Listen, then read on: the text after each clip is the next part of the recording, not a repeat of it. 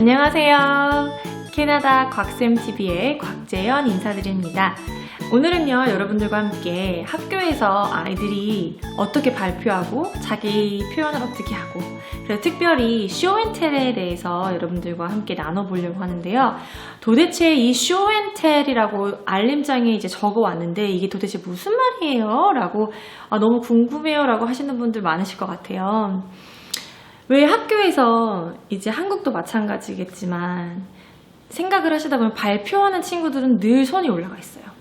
아이들 너네 한번 얘기 생각해 볼래? 그럼 항상 적극적이고 항상 자기 생각을 발표하는 친구들은 항상 손이 올라가 있는데 조금 약간 수줍어하는 친구들은 머릿속에, 그리고 이 말은 너무너무 하고 싶은데 여기 목까지 차 있어요. 너무너무 하고 싶은데 쑥스럽거나 아니면은 조금 창피하거나 해서 답은 알지만 시어를 안 하는 친구들이 굉장히 많아요.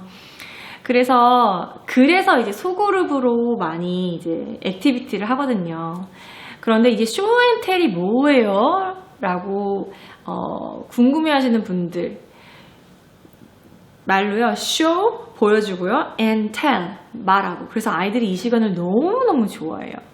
왜냐하면 일주일에 한 번씩이나 뭐 매일매일 이제 하루에 이제 아이들이 하나씩 이제 어사인을 받아요. 그러면 다양한 주제로 본인이 한 5분 정도 얘기하고 설명해주는 시간이에요.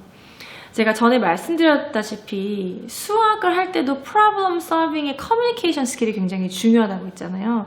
그래서 이 커뮤니케이션 스킬은 굉장히 중요한 학습, 특히 뭐 한국이나 전 세계를 통틀어서 커뮤니케이션 스킬, 자기 생각, 자기 의견을 자유롭게 표현할 수 있는 것이 굉장히 중요하고 중요한 스킬이라고 이제 생각이 들어요. 왜냐면 아무리 아이디어가 좋고 아무리 창의적이어도 그거를 표현할 수가 없으면 굉장히 힘들거든요. 그래서 사실상 저 같은 경우에는 미대를 나왔어요.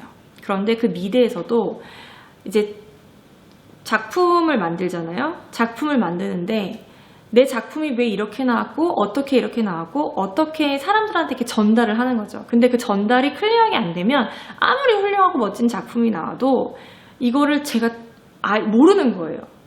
교수님들이 모르세요. 그렇기 때문에 쇼앤텔이라는 그런 거 통해서 모든 아이들이, 소극적인 아이들, 적극적인 아이들 다 포함해서 모든 아이들이 그 시간 동안에는 발표를 할 수 있는 시간이라고 생각하시면 돼요. 근데 재밌고 좋은 거는 내가 모르는 거에 대해서 발표하는 거랑 내가 너무 소중하게 여기고 좋아하는 거에 대해서 발표하는 거랑은 정말 다르잖아요. 그러니까 내가 좋아하는 거에 대해서 발표하는 거는 친구들이 더 자연스럽고 더 재미있게 할 수 있어요. 하지만 내가 잘 모르고 자신이 없는 토픽 같은 경우에는 친구들이 내가 무슨 말을 해야 되지? 잘 모를 수가 있어요. 그래서 쇼앤텔 같은 프로그램을 통해서 아이들이 본인이 실질적으로 되게 좋아하는 장난감, 아니면 본인이 되게 좋아하는 책, 본인이 좋아하는 그 뭔가를 통해서 아이들한테 전달해주는 연습을 시키는 거죠. 그러면 아이들이 항상 경청을 하고, 그리고 아이들이 거기에 대해서 질문을 하고 대답을 하고 하면서 이렇게 토론 학습이 되는 거예요.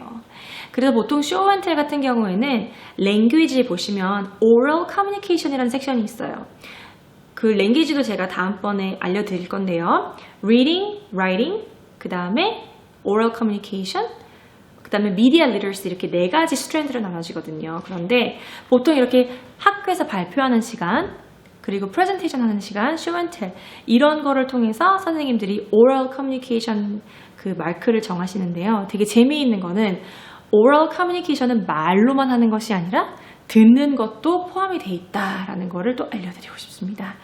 제가 다음번에는 이렇게 조금 더 세분화해서 알려드릴게요. 우리 아이가 쓰는 거, 읽는 것뿐만 아니라 이 미디어 리터시라는 거랑 오럴 커뮤니케이션은 도대체 뭔지. 네, 그래서 오늘은 짧게 이제 쇼앤텔, 그리고 커뮤니케이션, 말하는 거, 발표하는 거에 대해서 어떻게 하면 이제 그 쇼앤텔 프로그램에 대해서 설명을 드리고, 그리고 한 가지 팁을 드리자면 아마 아실 거예요. 아이들이 앞에서 발표를 할 때 집에서도 지도를 해주세요. 만약에 내일 쇼앤텔 프레젠테이션이 있거나 쇼앤텔뿐만 아니라 이제 발표를 해야 하는 숙제가 있다. 그러면 집에서 한번 엄마 앞에서 한번 해봐 라고 조언을 해주세요.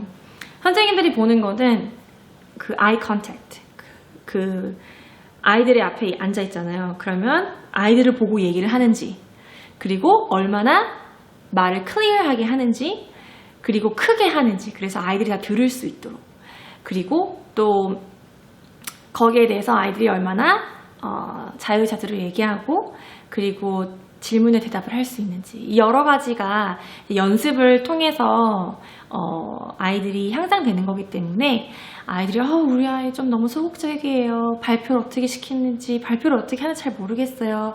그러면 거울을 보고 연습을 하세요 라고 선생님들께서 많이 권해주시고, 그리고 거울이 조금 처음에는 이제 엄마 앞에서 하는 것도 너무 쑥스러워 하면은 거울 네가 한번 보고 해봐 라든지, 아니면 엄마 아빠 앞에서 이제 한번 해볼까? 그래서 연습을 많이 시켜주시는 게 굉장히 도움이 많이 되리라 라고 생각이 됩니다.